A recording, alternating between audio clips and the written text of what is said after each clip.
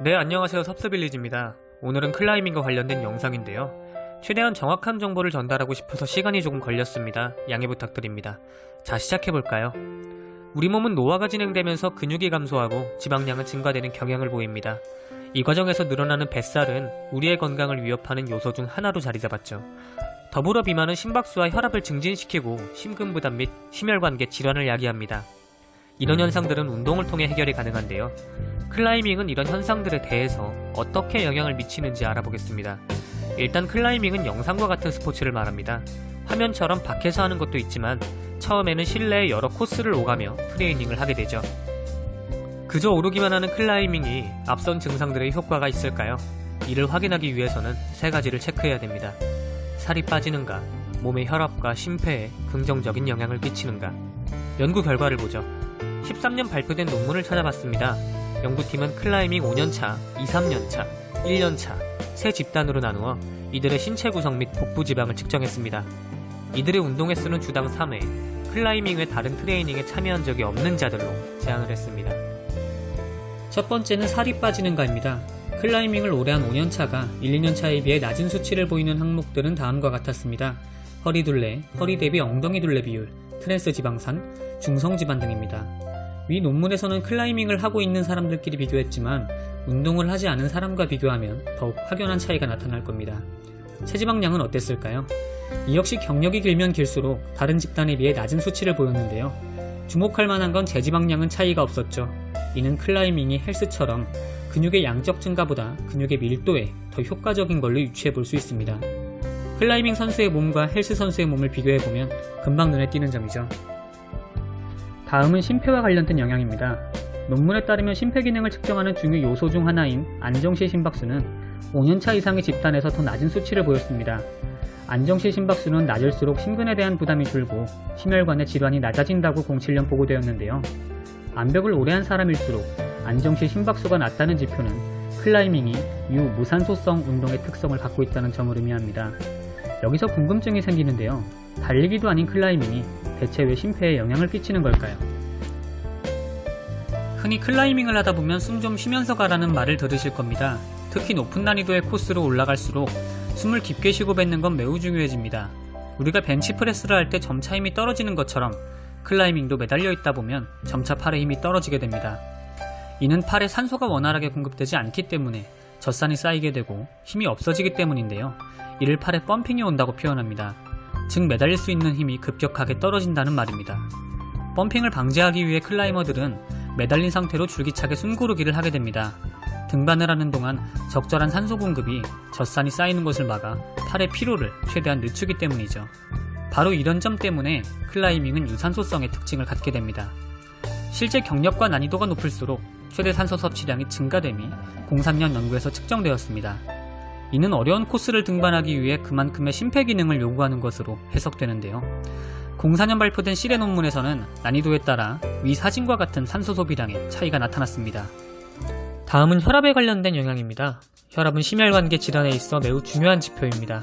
클라이밍은 이에 어떤 영향을 미치게 될까요? 첫 번째로 봐야 되는 것은 중성지방입니다. 중성지방이 많으면 심혈관계에 영향을 미치게 되고 콜레스테롤 생성을 촉진하게 되죠. 선행 연구를 보면 각종 스포츠 활동에 주 3회 이상 참여한 중년 남성의 공복 TG는 다음과 같았습니다. 클라이밍은 더욱 낮은 중성지방 수치를 보여주는데요. 이는 중성지방 감소에 긍정적인 효과를 미치는 걸 알 수 있는 결과이기도 합니다. 아쉬운 점은 몇몇 발병을 유발하는 위의 요인들은 줄어들었다라고 하는 결과가 나타나지 않았죠. 몇몇의 논문에서는 위의 요인들이 줄어든다는 발표가 있습니다만 모든 논문에서 그랬던 건 아니었습니다. 다만 주목할 만한 점은 클라이밍이 인슐린 저항성에 미치는 영향입니다. 간단하게 인슐린 저항성이 뭔지 알아볼까요? 세포는 혈당을 에너지원으로 사용합니다. 하지만 혈당이 세포 속으로 들어갈 때 혼자서는 들어갈 수 없습니다. 인슐린과 함께 세포 속으로 들어가야 에너지원으로 활용할 수 있죠. 인슐린 저항성이 크다는 뜻은 우리 몸이 인슐린을 받아들이지 못한다는 뜻이고 혈당을 에너지원으로 사용하기 힘든 환경이 만들어진다는 뜻입니다. 이렇게 되면 간은 포도당 생성이 조절되지 않고 근육의 포도당 이용이 촉진되지 않습니다. 자체적인 혈당 조절 능력이 전방위적으로 떨어지게 됩니다. 그로 인해 발생하는 병이 당뇨병이죠. 그리고 비만은 인슐린 저항성이 높아지는데 직접적인 영향을 미치고 클라이밍은 인슐린 저항성을 개선하는 효과를 나타냅니다. 실제 연구에서도 1, 2년 차에 비해 5년 차 이상 집단의 인슐린 저항성이 낮은 것으로 나타났는데요. 이는 클라이밍이 갖고 있는 유산소적 특성이 영향을 끼친 것으로 보여집니다. 정리하자면 클라이밍은 오래 한 집단일수록 감량효과 및 심폐능력과 관련하여 긍정적인 영향을 받습니다. 더불어 중성지방 및 인슐린 저항성의 밸런스를 잡아주고 당뇨병 같은 성인병을 예방해주죠. 육체적으로는 근력과 파워, 유연성이 증가합니다. 더불어 산소 섭취량의 증가와 심폐지구력, 인지구력에 효과를 볼 수 있죠. 그러나 오래 한 집단일수록 마냥 좋은 것은 아닙니다. 산화 스트레스, 유해산소가 다른 집단에 비해 더 높게 발생합니다. 개념이 뭔지 볼까요?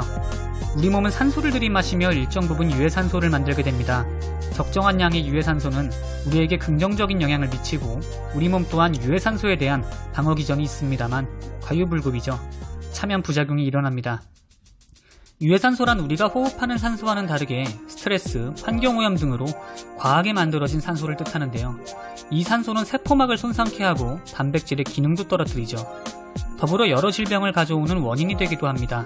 이런 현상을 통틀어 산화 스트레스라고 부릅니다. 그런데 왜 오래된 집단에게 산화 스트레스가 높게 나타나는 걸까요? 이유는 간단합니다. 산화 스트레스를 유발하는 요인 중에 하나가 무리한 운동이기 때문이죠. 더불어 클라이밍 시 발생하는 전완근의 펌핑도 산화 스트레스를 더하는 요인이 됩니다. 결론적으로 클라이밍을 하게 될 시 얻을 수 있는 신체적인 이점은 앞서 열거한 것처럼 많습니다. 그러나 과도한 운동이 이루어질수록 산화 스트레스가 심해지는 점을 간과해서는 안 될 겁니다. 운동에는 항상 휴식이 필요하니까요. 오늘은 클라이밍에 관련된 주제로 영상을 만들어 봤습니다. 그리고 다음 주제는 김자인에 대하여 다뤄볼 예정입니다. 아마 아시안게임을 통해 김자인을 접한 분들은 그녀가 왜 발레리나라고 불리우는지, 얼마나 대단한 클라이머인지 모르시는 분들이 많을 겁니다. 따라서 다음 영상에서 자세히 다뤄보겠습니다. 끝으로 124명의 구독자분들 정말 감사합니다. 오늘도 좋은 하루 되시길 바랍니다. 클라이밍 컨텐츠가 끝난 이후에는 자기 전에 누워 편하게 볼 수 있는 말랑말랑한 주제로 돌아오도록 하겠습니다. 감사합니다.